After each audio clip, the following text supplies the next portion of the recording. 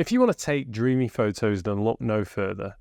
Forget what Google tells you. This isn't about shooting shallow depth of field or changing your location or buying expensive gear. These are some of the most important things that I've learned over the last few years about taking dreamy, memory-like photos. So rather than talk a load of shit, I'm just going to jump right into it.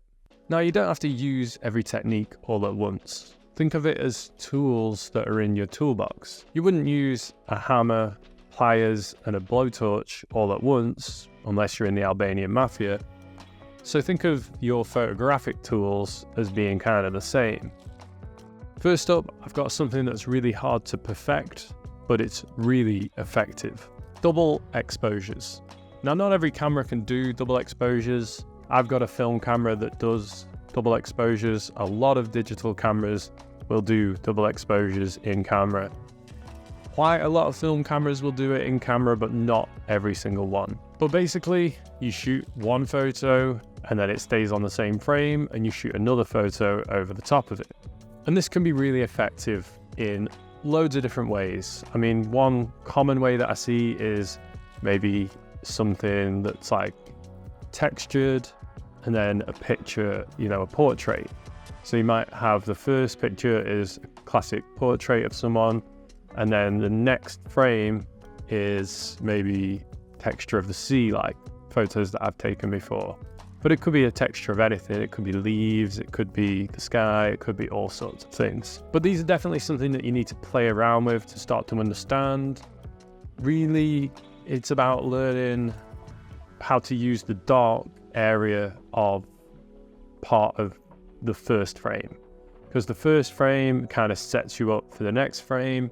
So if you take a picture and half of it is quite dark, then you're gonna be able to see more of the second frame in the dark part of your frame.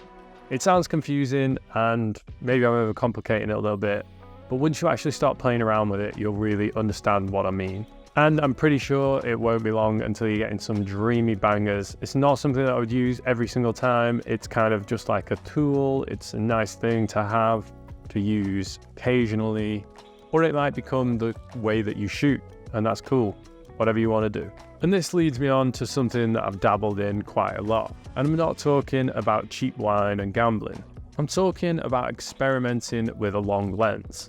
And now I'm not suggesting you go all TikTok photographer on us and start taking long lens portraits of people. We can leave that for the content photographers.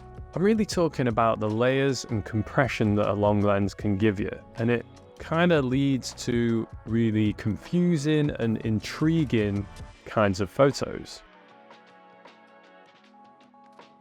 This is one of many reasons why Saul Leiter's work is so recognizable, because he always pretty much used the long lens and it created all these interesting layers.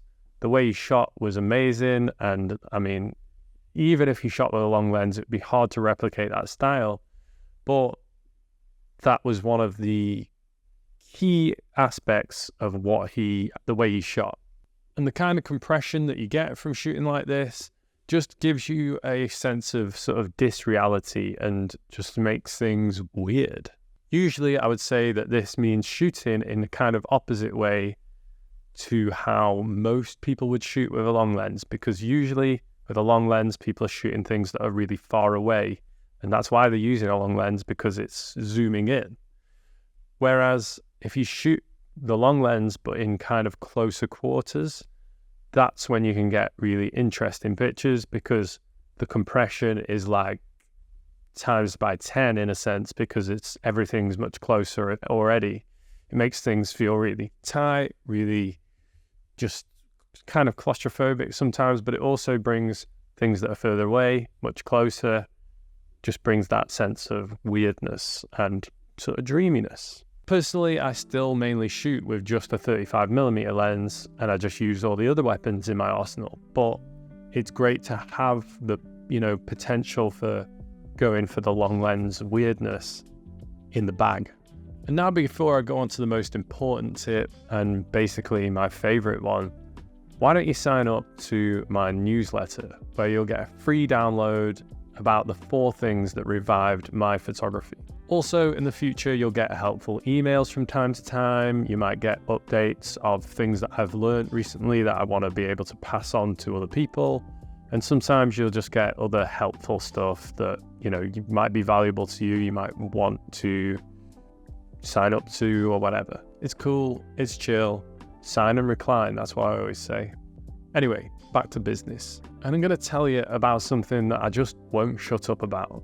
And no, I'm not talking about Cadbury's cream eggs, even though they are so fucking good. No.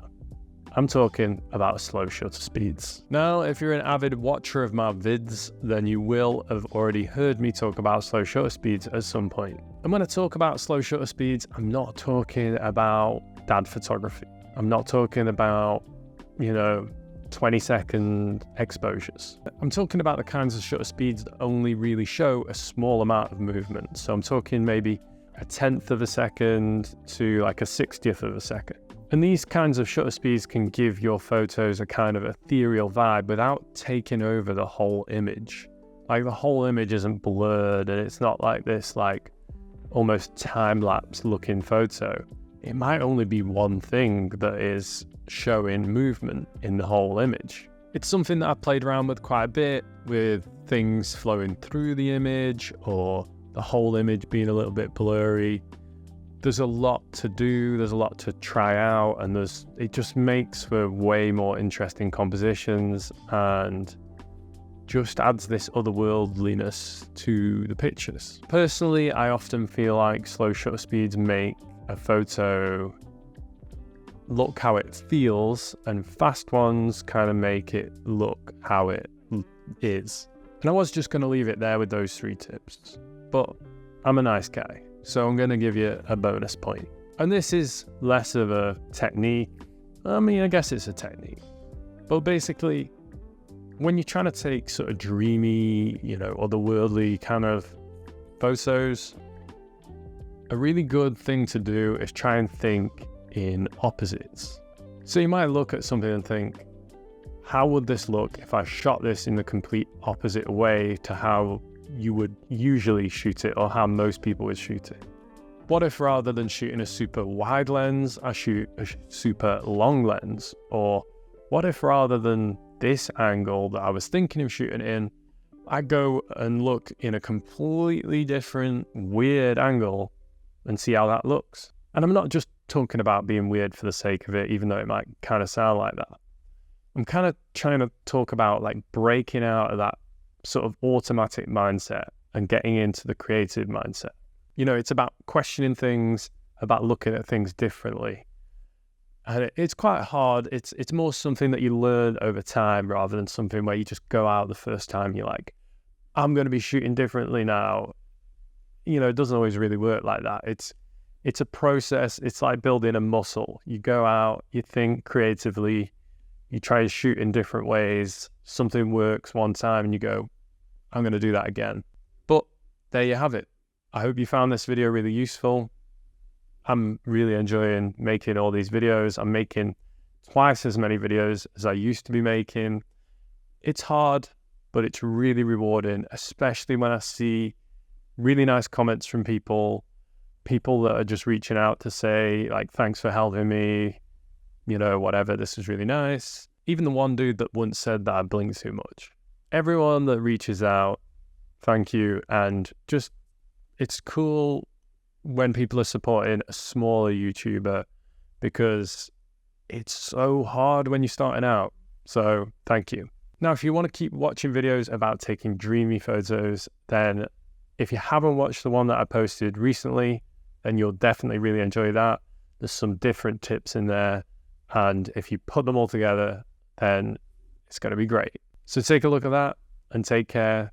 Have a great day. Have a great week. There'll be another video on Sunday or whenever, 3 days from now or whatever. Take care.